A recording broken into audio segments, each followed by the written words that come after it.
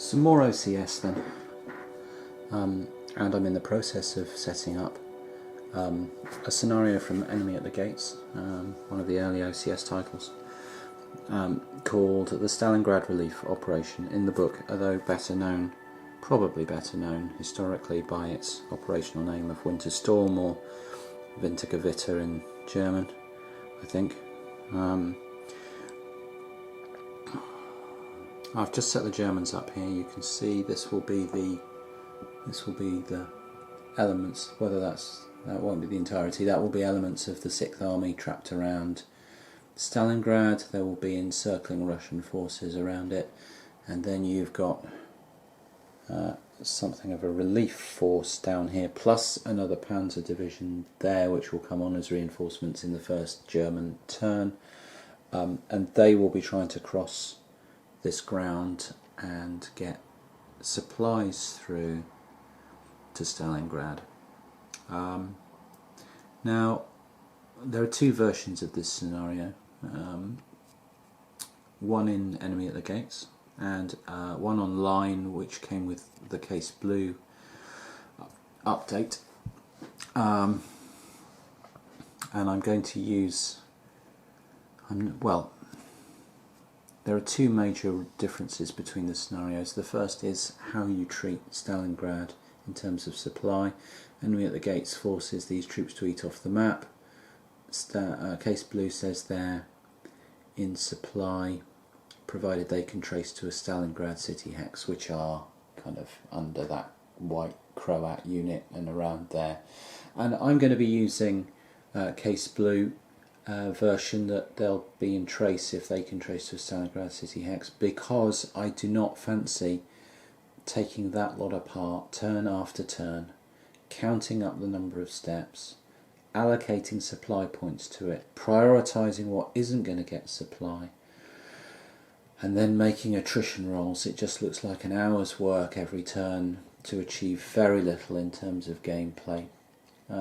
So that is going to get supplied from Stalingrad for the purposes of this 6-turn scenario.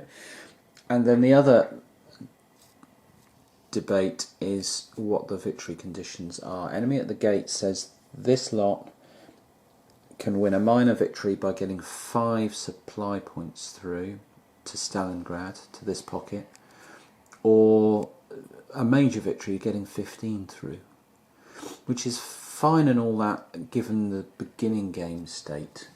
But let's say that the Russians, abandoned the pocket, that the threat from the relief force shifted forces away, and essentially there was no longer a pocket because the for whatever reason the Russians decided to move significant forces to defend some of these river lines or whatever. It would no longer be clear exactly where the Germans were trying to deliver the supplies to, what constituted a pocket hex, so to speak. And that situation could happen very quickly and very easily, depending on where the lines shifted and whether there were suddenly breaks in it or whatever. I think it could become very confused. Case Blue, on the other hand, says that the Germans can win a major victory by opening up trace supply to Stalingrad, I think, and if that trace supply looks sustainable and you have to make a judgment, then they get a major victory. And if it's if they managed it for a turn and then it got cut off, or it's clearly about to be cut again as the game ends, then that's a minor victory. But if they can open up some sort of trace supply even for a turn, then that's minor victory, and for longer, then that's major. And that looks like something that I will go for, simply because it looks far better defined than getting supply points into a sort of imaginary zone which doesn't seem to have been clearly spelled out, except by the relative positions of the German and Russian forces. So there it is. That's a rundown at the moment. Anyway, you can just see the Germans and their objective over there, and clearly, so opening up trace supply is going to mean having some control of this rail line. At least I think they have a rail head that goes up to here, and then they're probably going to have to, you know, get an HQ that can draw from that, and with sufficient range to get up the Volga there and get supplies into Stalingrad. Tricky either way. I don't like the look of this for the Germans, particularly. I don't fancy their chances of accomplishing this, especially once you see the Russians in place. But there it is. Historically, it was obviously a complete mess, a lot of hubris and not much success at all. Yeah, I don't fancy their chances in the game either. But anyway, long way, you know, a lot for me to do before I even get playing, so I'm going to get the Russians on the board. Russians won initiative here in turn 1 of Wintergewitter, or the Stalingrad relief operation, or winter storm, or whatever you want to call it, and so have stretched out a defensive perimeter along this frozen stream, which will negate at least the it's not of great defensive benefit, but if you look at the table here, the terrain chart, minor frozen river, you can see that armour is that times half, so attacking armour is halved across that, and that's what the Germans have here, attacking armour. So they felt that river line gave them a good spot to see where the Germans decide to go. That stack there with the 10-0 HQ on it is in reserve. That stack there is up in reserve, and I think that's a tank corps. And it's quite reasonable stuff anyway. And they've also swung, if we come down this road here, they've got the 2nd Guard mechanised corps there, and that is kind of on there, sitting on the flank, ready to counter-attack, I suppose, if the Germans push too far up this rail line without guarding their flank, then it could swing in behind them and cause all kinds of supply issues. So yeah,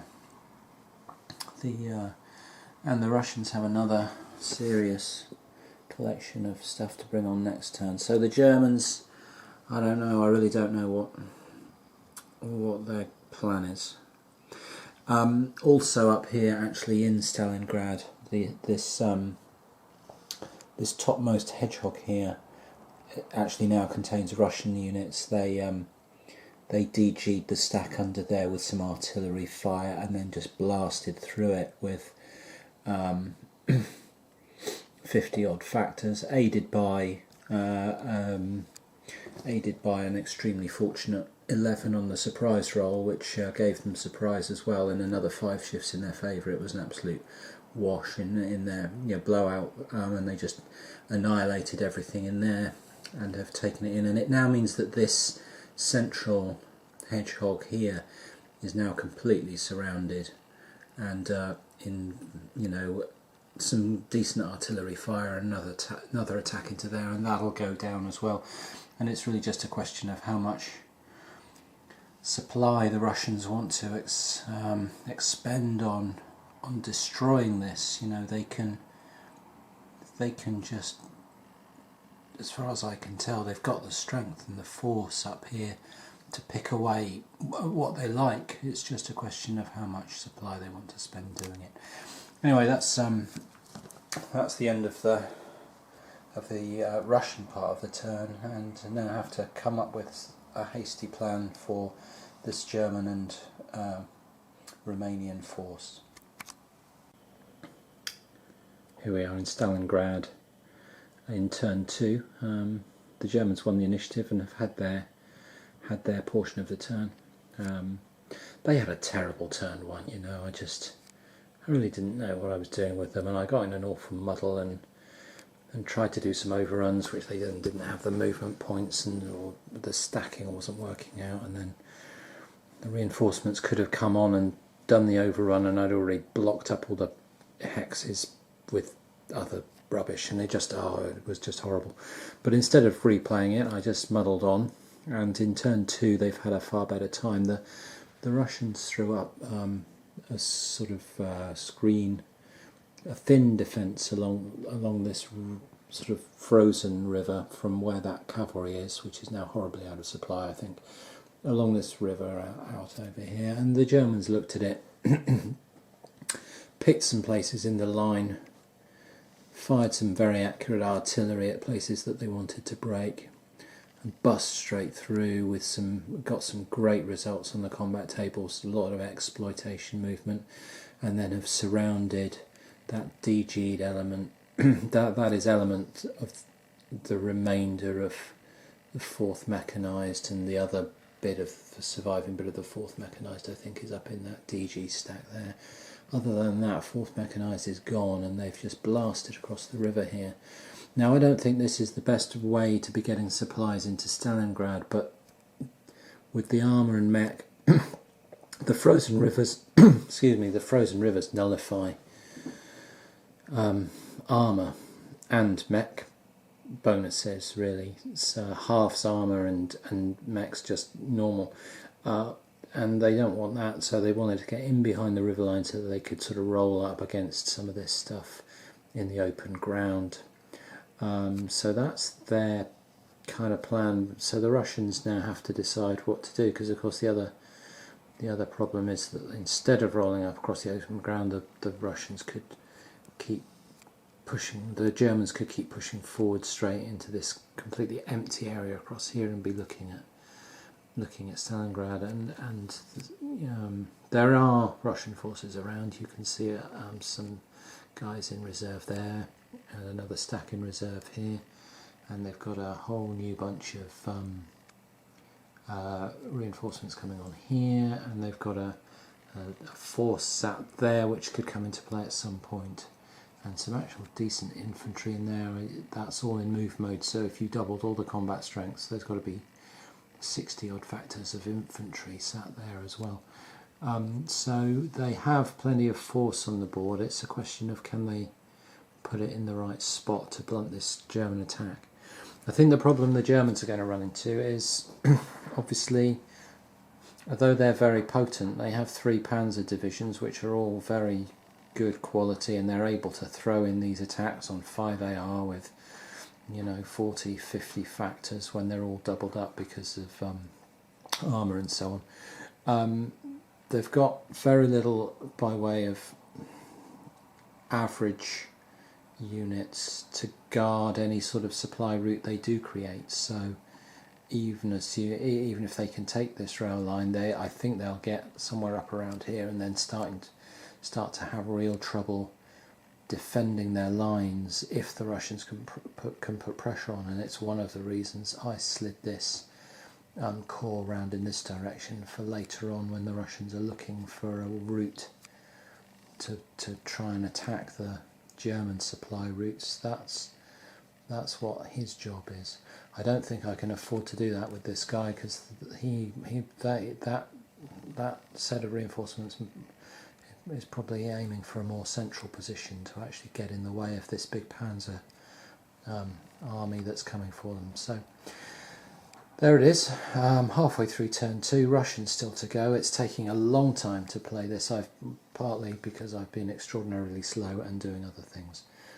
In fact, in the main because I've been doing other things rather than playing the game, but enjoying having it set up, and very much enjoying playing it. So I'm just hoping my cats don't destroy it, because I'll have to leave it up overnight, set up overnight, and if my cats destroy it I will be fairly gutted. So I'm hoping that doesn't happen and I can get it finished tomorrow.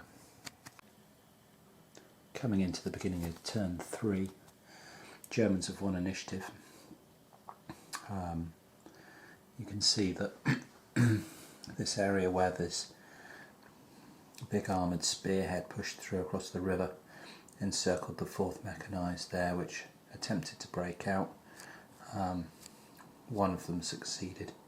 In fact, 2 of them succeeded, but one of them then rolled so far ahead on the time track that the scenario would have finished by the time it came on, so only one succeeded with, and will get back onto the board within a time scale of the scenario, which I'm saying is 6 turns long. The original was 5, the case blue version is 6. The Russians have established a new line along the second frozen river, minor river. It's not a great line, but this end is heavily weighted with reasonable quality stuff. The 13th tank is in there, and there's some independent tank units in there, but then there's a big stack under that leader. Then there's second guard mechanised over here.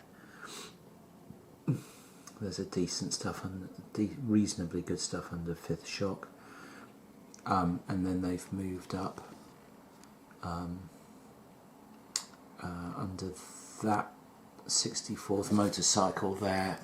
Underneath there is something else that's reasonably high quality. It comes on as reinforcements, 6th mechanised. So the Russians have got, if I pull back a little, the Russians have got quality stuff, hard hitting stuff here, around here, down here, sitting in here, and not bad stuff at this end of the line, and the centre is sort of independent units.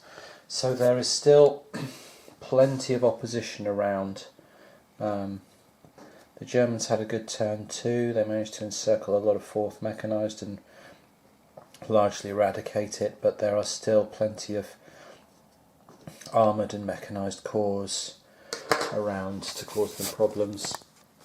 And of course, even should they fight their way through those successfully, there's then the actual perimeter force as well. And as these Germans get thinned out by needing to protect their own lines of supply and communication, fighting through this Russian army is going to get harder and harder. So it's early days yet. We're coming into turn 3, but it's just, as always, I really enjoy this system. I really enjoy the supply elements of it. I love the sort of 2-stage combat where you have the sort of surprise roll based on relative action ratings, and then that leading into the combat roll, because that it always seems to throw up the opportunity for real outliers sort of results that you wouldn't necessarily expect. That's the first thing. And the second thing is it really tells a story. You know, if one side gets surprised and gets an incredible escape when it's against overwhelming odds, or walks into an ambush but then gets a huge roll and manages to fight its way back out again. It just seems to create, you know, an idea of actually what happened, rather than it just being an odds roll and that side got destroyed and that side didn't, and you move them a hex forward. There's just something far more compelling about the way the combats play out in this that I just find interesting, and coupled with the supply and the way you have to look at the map logistically as well as in terms of sort of military and you know, defensive positions are one thing, and then rail lines and roads and your logistical network and your supply net are another thing, and the two sort of overlay each other. It's just really fascinating to play. There it is, yeah. Got a bit of a standoff with the Russians backing off this German force at the moment, but I think my idea is to try and get the Germans forward without, you know, losing too much, and then hopefully have preserved enough force to be, you know, threatening to crunch through these rather lousy Allied troops on the flanks and threaten to cut into German supply itself, maybe with a couple of these corps here over on the rail line and thereabouts. So no idea what I'm doing as usual, but lots of ideas and lots of imagination and having great fun doing it. Partway through the German turn in turn 3 here at Stalingrad, and with Operation Wintergewitter underway. And the Germans have got a difficult choice here, to be honest. They're pushing forward as much as they can. You can see a hapless Russian infantry. What would that be? Division. Surrounded there by Romanians. They've not attacked it, so they're trying not to spend supply. It would cost an awful lot of supply to get every one of those units attacking that thing. It seems a bit of a waste of time. And that is exactly the problem the Germans have got elsewhere. So if you can see the kind of shape that we've got here, we had a Russian line along this river. And artillery have DG'd some dangerous stacks, very dangerous, big dangerous stack there that the Russians didn't want getting involved. And up here they've DG'd a couple of stacks where here 17th Panzer have pushed across this river, and the artillery be backing them up as 6th Panzer is backing them up and maintaining their supply lines. And artillery has DG'd both those stacks, and 17th Panzer now have got a choice. Could attack into one of those in the combat phase now. The trouble the Germans have got is that two supply, and now they have got some supply they've got a supply point kicking around in a truck under that headquarters, and over here there's a couple more trucks with a couple more supplies, so they've probably got 5 supply points on the board, but still the stuff loaded on the trucks isn't usable right now. And if the Germans go spending supply on attacks, I mean, that's probably going to be a supply point. That's probably 4 units there that need supplying to attack into either of those stacks, and that cuts that down to 1 supply point. And then what they fear is that even though they've got this stack here DG'd, there's this stuff here and up there, and potentially over here, I don't know. I mean, they've DG'd a big stack there, but even in here you can see independent tank and Mac units. There's enough kicking around for a counter-attack, I think, by the Russians, and the Germans don't want to be caught completely cold and out of supply. So I've got a nasty feeling that they're going to have to hold off a turn and try and build up some stock before they can go again, or at least unload the 3 supply points they've got on trucks before they can go again.